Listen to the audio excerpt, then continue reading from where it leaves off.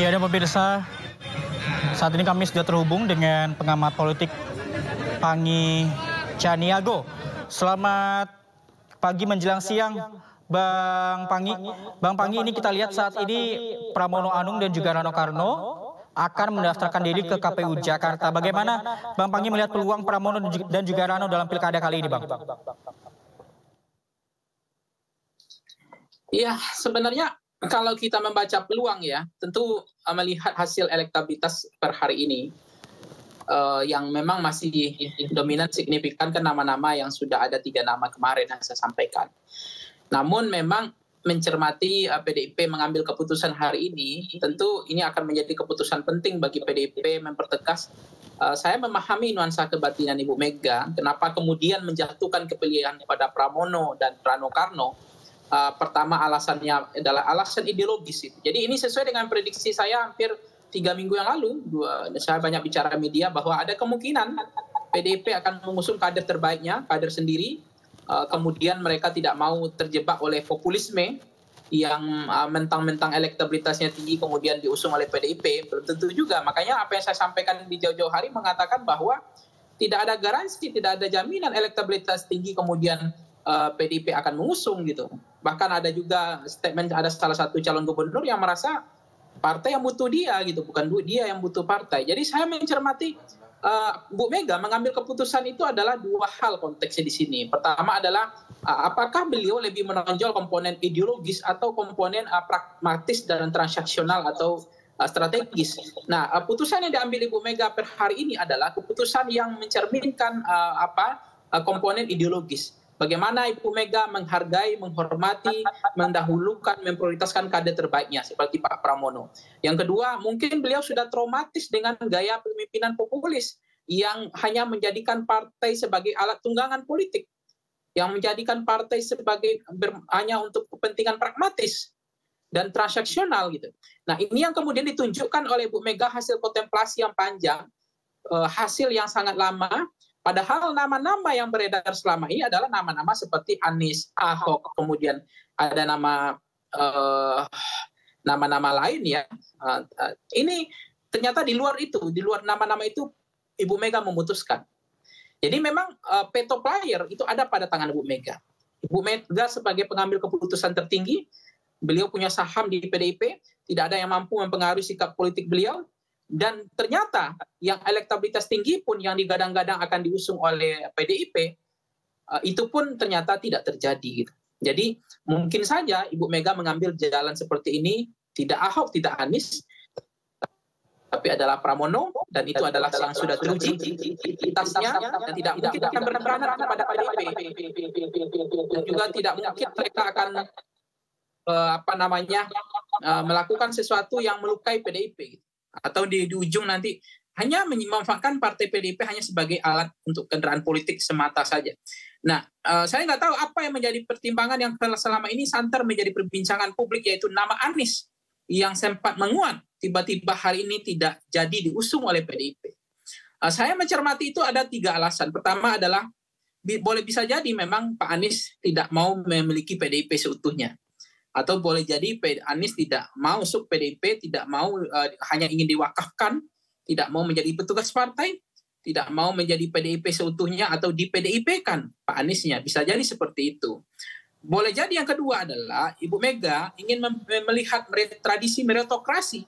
Bagaimana PDIP tidak selalu, ini persis sama dengan pilkada DKI sebelumnya. Yaitu waktu itu elektabilitas Ahok itu sangat tinggi, itu sangat tinggi, menjulang seperti elektabilitas Anies per hari ini. Tapi apa yang terjadi? Bu Mega tidak memilih Poke sebagai calon gubernur, tetapi yang memiliki elektabilitas yang pada waktu itu juga rendah, mungkin sama dengan Pramono Anung sekarang dengan Rano Karno hanya 6-9%. Tapi ternyata itu yang leading, ternyata itu yang punya kans, ternyata itu yang menang pada pilkada Jakarta sebelumnya. Nah, kalau melihat kepentingan transaksional pragmatis atau kepentingan teknis praktis atau teknis strategis, secara logika, secara rasional, pilihan rasional memang waktu per hari ini harusnya Anies Baswedan. Tapi lagi-lagi Ibu Mega mengambil keputusan yang tidak banyak bisa ditebak oleh orang. Pikiran yang menurut saya itu kontemplasi yang cukup panjang. tidak banyak yang bisa membaca intensitas arah model keputusan yang diambil Ibu Mega per hari ini. Jadi tidak selalu yang populis, yang punya elektabilitas tinggi, korelasi punya linear untuk diusung oleh partai politik. Artinya ada pertimbangan untuk mempertimbangkan marwah, harkat, martabat partai, bahwa partai ini partai yang ideologis, yang komitmen pada wong cilik misalnya. Partai yang kemudian semangatnya adalah menjaga konstitusi dan demokrasi. Partai yang kemudian memperhatikan akar rumput. Nah, mungkin ini yang dipelajari oleh Ibu Mega. Seperti apa akar rumputnya pemilih PDIP. Nah, kalau misalnya pemilih PDIP akar rumputnya tidak sejalan dengan basis pemilih calon presiden, calon gubernur seperti Anies Baswedan, itu akan terjadi split ticket voting. Karena memang dalam pemilu Pilpres sebelumnya juga tergambar, dalam Pilkada 2017 juga tergambar bahwa pemilih Anies itu tidak strike tiket voting kepada pemilih PDIP. Artinya, pemilih PDIP itu tidak pemilihnya Anies. Pemilih PDIP itu adalah pemilihnya selama ini adalah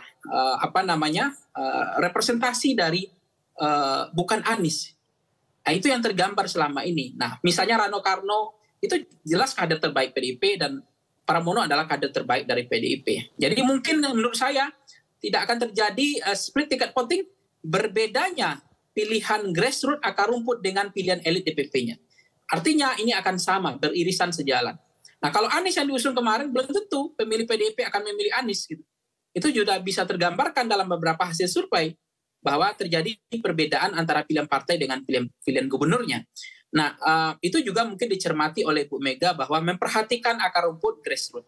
Nah, yang terakhir adalah yang kita ingin ambil dari kasus pengalaman seperti ini adalah bahwa PDIP memang menurut saya itu mencermati bagaimana mesin partai untuk diuji kembali. Kekuatan mesin partai. Karena memang PDIP ini kan partai ID-nya kuat sekali. Ya.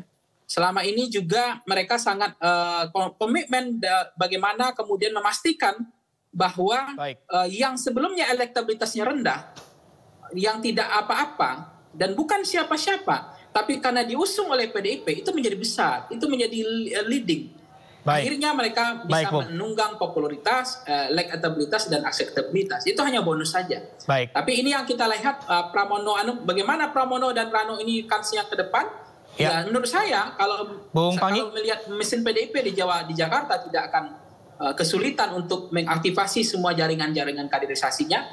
Tapi apakah iya memang Pramono Rano ini menjadi lawan tanding sebanding untuk melawan Ridwan Kamil? Dan Suswono itu juga menjadi menarik. Karena kalau diuji per hari ini elektabilitasnya Pramono itu terus terang masih rendah. Bung Panggi, kita tahan dulu, Bung Panggi, diskusinya. Elektabilitas Ridwan Kamil mungkin masih settle, masih leading. Racikan elektoralnya Ridwan Kamil itu lebih menjual, layak jual, dan tingkat kans keterpilihannya lebih besar dibanding Pramono dan Rano Karno. Tapi lagi-lagi pilkada ini sangat dinamis. Bung Panggi, kita tahan dulu, Bung Panggi. Apalagi Jakarta itu miniatur politik Indonesia. Orang kecil bisa besar dalam waktu singkat. Semua media ada di Jakarta. Orang yang sebelumnya tidak siapa-siapa bisa menjadi siapa-siapa. Artinya apa? Jakarta itu akan menjadi barometer, akan menjadi etalase, akan banyak menjadi pergunjingan, perbincangan, atau menjadi santer perbincangan publik.